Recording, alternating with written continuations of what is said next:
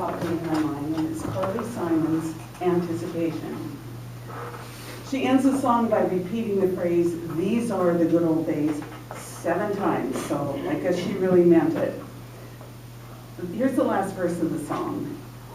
"And tomorrow we might not be together. I'm no prophet, I don't know nature's ways. So I'll try and see into your eyes right now and stay right here, because these are the good old days." Here's the story of her writing the song Anticipation.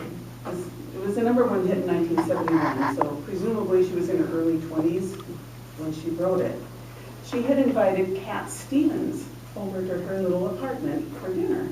She had greatly admired him. They were performing together, and so she was really excited, but he was late.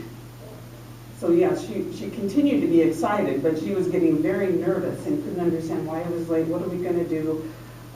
And so in order to calm down, she decided to put her feelings into a song. And she wrote Anticipation in 40 minutes. Wow.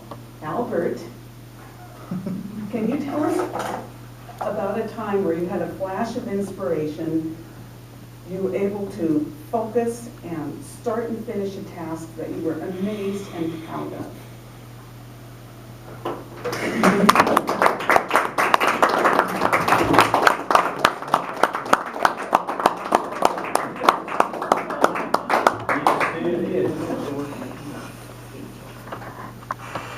The task that comes to mind is the home I'm living in now. We purchased this home brand new in 2007,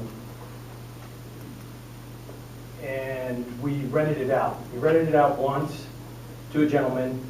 I got a property manager. I was still living in California. He stood there for a year, and then we had a second renter, and this individual was there for just over 10 years. And I had a property manager. The guy was paying late, but he was paying. So my property manager, one day said, "No more, I'm not going to do this." So I started taking over the job as a property manager, still living in California. And I continued to accept the rent late, but he was paying, so I was okay with it as long as he was paying. And time went on, and then what happened was the guy got sick. And I thought he was already 2 months behind, and I thought, oh my gosh, I got to come up and fix the house up, or get him out is what we were thinking, get him out. We were planning to move from where we were at, but not move to Wenatchee. So we had to come up, and the house was just horrible. We had to get an attorney, had to evict the guy because he wouldn't leave, and the place was a disaster. He had 2 cats in there. The flooring was all gone. That yard wasn't being taken care of. It was in bad shape. So we went in there. We had to fix it up. We painted it inside and out, redid the floors. This took like probably 6 months to get this whole thing back into shape. And it came out fantastic. A lot of work, but it came out really nice.